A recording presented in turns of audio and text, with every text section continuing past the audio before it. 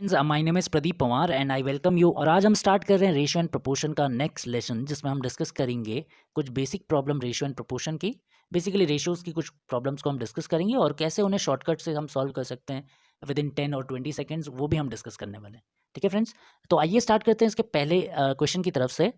Question बोल रहा है that ratio of boys and girls is 4:5 in any school और इन एनी क्लास। किसी भी क्लास या स्कूल में बॉयज़ एंड गर्ल्स का रेशियो है 4:5। When 100 girls left then ratio become 6:7। Find the number of boys.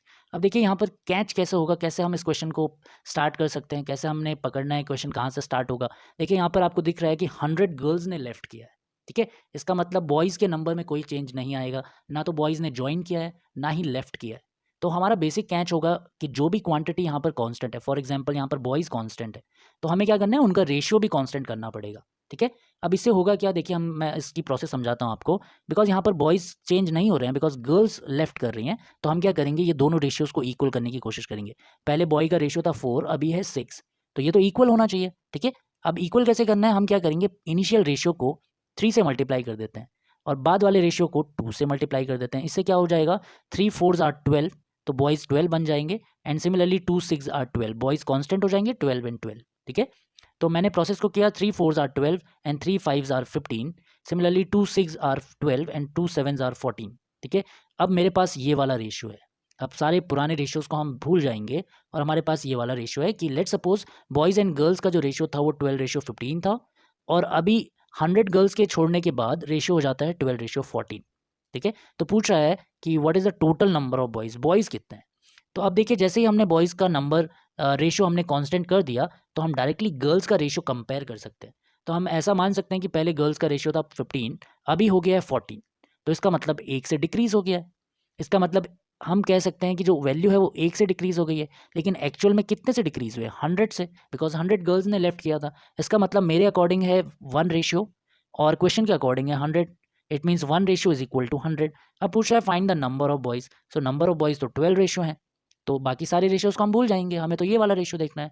So number of boys are 12 ratio, so 12 into 100, because 1 ratio is 100, so number of boys will be 1200। ठीक है, I hope आपको ये method clear हो गया होगा। हम क्या कर रहे हैं, जो भी चीज़ कांस्टेंट है, बॉयज़ कांस्टेंट है तो उसके रेशियो को कांस्टेंट कर रहे हैं और देन हम डायरेक्टली कंपेयर कर लेते हैं वैल्यूज़ को। ठीक है, अब देखते हैं इसको क्वेश्चन नंबर सेकंड को सॉल्व कर पाते हैं या नहीं कर पाते हैं आप। In an alloy ratio of copper and zinc is 2:3।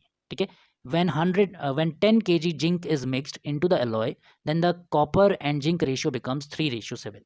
find the initial amount of zinc। Zinc का कितना अमाउंट था इनिशियली। ठीक है, तो अगेन देखिए यहाँ पर जिंक ऐड हो रहा है, इसका मतलब जिंक में चेंजेस आएंगे लेकिन कॉपर में चेंजेस नहीं आएंगे। सो पहला रेशियो था 2:3 कॉपर एंड जिंक का, अभी हो गया है ऐड करने के बाद 3:7।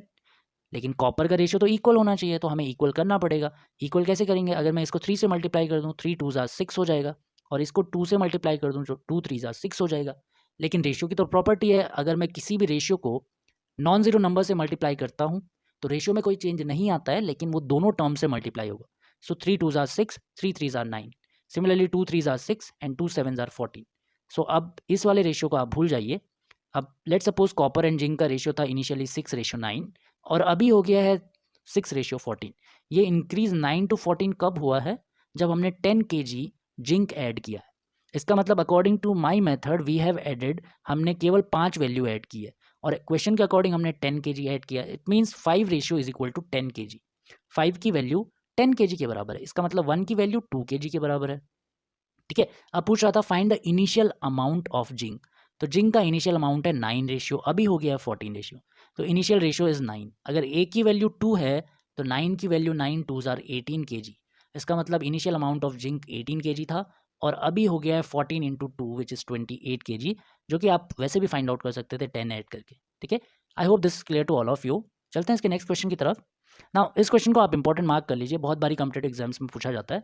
Seats for mathematics, physics and biology are in the ratio of 5:7:8 respectively, and there is an proposal to increase these seats by 40%, 50% and 75% respectively. What will be the respective ratio of increase seat? Increment होने के बाद respective seats का ratio क्या हो जाएगा। ठीक है, तो देखते हैं इस क्वेश्चन को कैसे हम जल्दी से जल्दी शॉर्टकट से सॉल्व कर सकते हैं। Ratio of mathematics, physics and biology seats are 5:7:8। ठीक है, अब मुझे पता है जब भी मैं किसी वैल्यू को बढ़ाता हूँ, अगर मैं 10% से बढ़ाना चाह रहा हूँ तो मैं डायरेक्टली 110% ले सकता हूँ उस वैल्यू का, 110%। अगर मैं किसी वैल्यू को 20% से बढ़ाना चाह रहा हूँ तो डायरेक्टली 120% ले सकता हूँ। वैसे ही अगर मैं कम करना चाह रहा हूँ 10% से तो मैं डायरेक्टली 90% ले सकता हूँ, और ऐसे ही 20% से कम करना चाह रहा हूँ तो डायरेक्टली 80% ले सकता हूँ। ये हम पहले भी डिस्कस कर चुके हैं। तो मैथमेटिक्स, फिजिक्स एंड बायोलॉजी का रेशियो इंक्रीमेंट के बाद क्या हो जाएगा, फर्स्ट सीट जो बढ़ी है वो 40% से बढ़ी है, इसका मतलब मैं डायरेक्टली 140% ले सकता हूँ।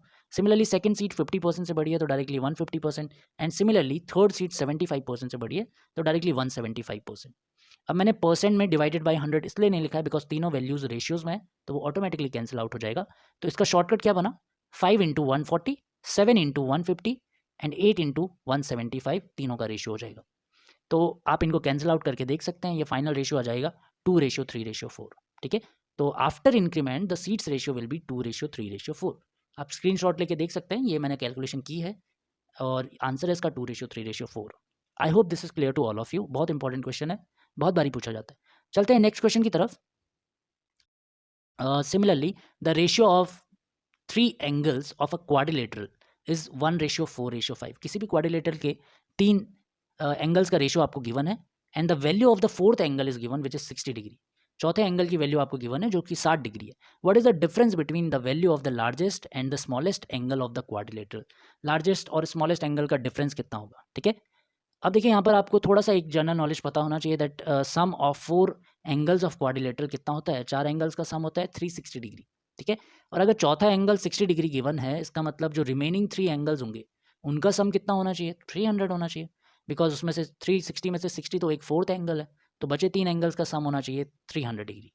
अब जो रिमेनिंग 3 एंगल्स हैं वो 1:4:5 में है।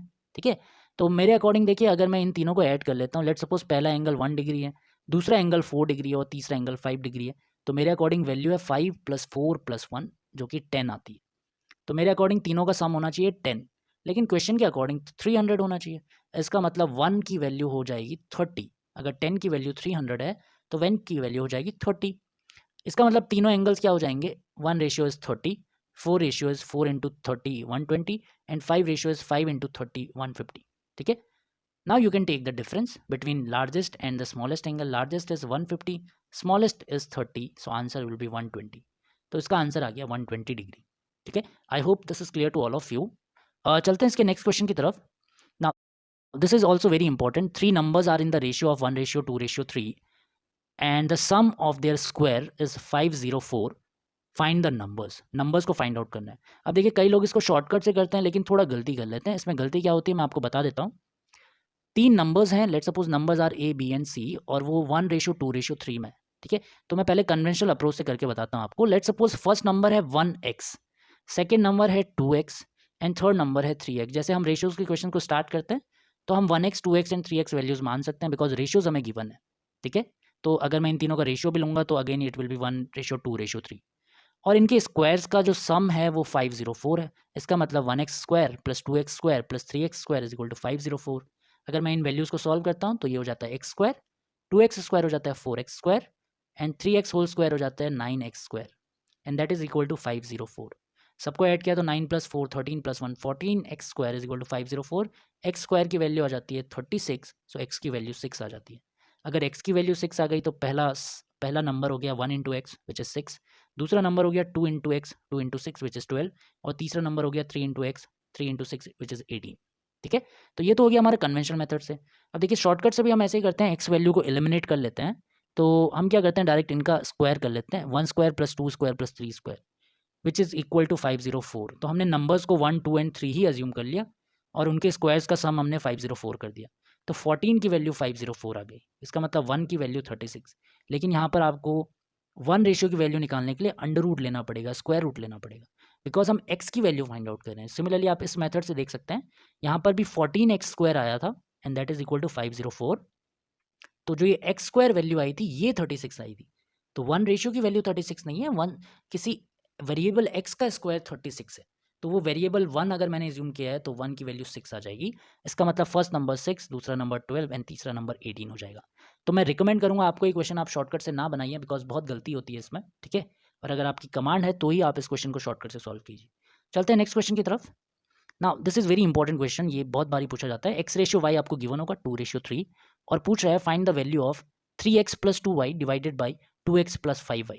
ठीक है, अब देखिए इसको क्वेश्चन को कैसे सॉल्व करते हैं। पहले मैं इसे शॉर्टकट से बता देता हूँ, शॉर्टकट मेथड से। शॉर्टकट मेथड क्या है, आप डायरेक्टली x को 2 एज्यूम कर लीजिए और y को 3 एज्यूम कर लीजिए, बिकॉज क्योंकि ये दोनों भी रेशियोज ही हैं और रेशियोज हैं तो उसमें कुछ फर्क नहीं आएगा, अल्टीमेटली कैंसिल आउट ही होनी है वैल्यूज। तो मैंने यहाँ पर 3x + 2y upon 2x + 3y, x की जगह मैंने डायरेक्टली पुट कर दिया 2 और y की जगह 3। अगर मैं x की जगह 2 पुट करता हूँ तो 3 2 ज़ा 6 एंड 2 3 ज़ा 6, 6 + 6 12 हो जाएगा। सिमिलरली x की जगह यहाँ पर भी 2 पुट किया और y की जगह यहाँ पर भी 3 पुट किया। सो 2 2 ज़ा 4, 5 3 ज़ा 15, 15 + 4 19। सो आंसर आ गया 12:19। ठीक है, और दूसरा मेथड है इसका कन्वेंशनल मेथड। आप उसमें क्या करेंगे, न्यूमरेटर में आप y कॉमन ले लीजिए और डिनोमिनेटर में भी y कॉमन ले लीजिए। ठीक है, अब देखिए ऐसा क्यों किया है हमने, बिकॉज हमारे पास x रेशियो y है, x अपॉन वाई की वैल्यू हमें गिवन है। तो अगर मैं यहाँ से y कॉमन लेता हूँ बाहर तो अंदर हमारे पास x अपॉन वाई बन जाएगा जिसकी वैल्यू हमें पता है 2/3 है। एंड सिमिलरली यहाँ डिनोमिनेटर से भी अगर y कॉमन लूँगा तो अंदर x/y बन जाएगा जिसकी वैल्यू 2/3 है। y and y cancel out हो जाएगा, x/y की वैल्यू आप 2/3 पुट कर सकते हैं दोनों जगह, और आप इसको सॉल्व करेंगे तो फिर से आंसर आ जाता है 12:19। ठीक है, so I hope this question is also clear to you. आप इसको शॉर्टकट से करेंगे तो ज़्यादा बेनिफिशियल रहेगा। चलते हैं इसके लास्ट क्वेश्चन की तरफ। 60 litre mixture consist milk and water in 2:1 and the amount of water to be further added to make the reverse ratio. अगर रिवर्स रेशियो करना है तो कितना अमाउंट ऑफ वाटर ऐड करना पड़ेगा। तो देखिए इसको शॉर्टकट से देखते हैं, कन्वेंशनल मेथड से आप देख लीजिएगा स्क्रीनशॉट लेके। पहला मिल्क एंड वाटर का रेशियो 2:1 था, अभी मैं चाह रहा हूँ 1:2 हो जाए तो कितना वाटर ऐड करना पड़े। तो अगर हम वाटर ऐड कर रहे हैं तो मिल्क का रेशियो कांस्टेंट करना पड़ेगा, तो मैंने नीचे वाले रेशियो को 2 से मल्टीप्लाई कर दिया तो ये 2:4 हो गया। इसका मतलब हमें 3 वैल्यू ऐड करनी पड़ेगी 1 से 4 करने के लिए, और इनिशियली हमारे पास 60 लीटर मिक्सचर था, इसका मतलब 3 रेशियो की वैल्यू है 60 लीटर, तो इसका आंसर भी 60 लीटर हो गया। I hope this is clear to all of you. Thank you so much.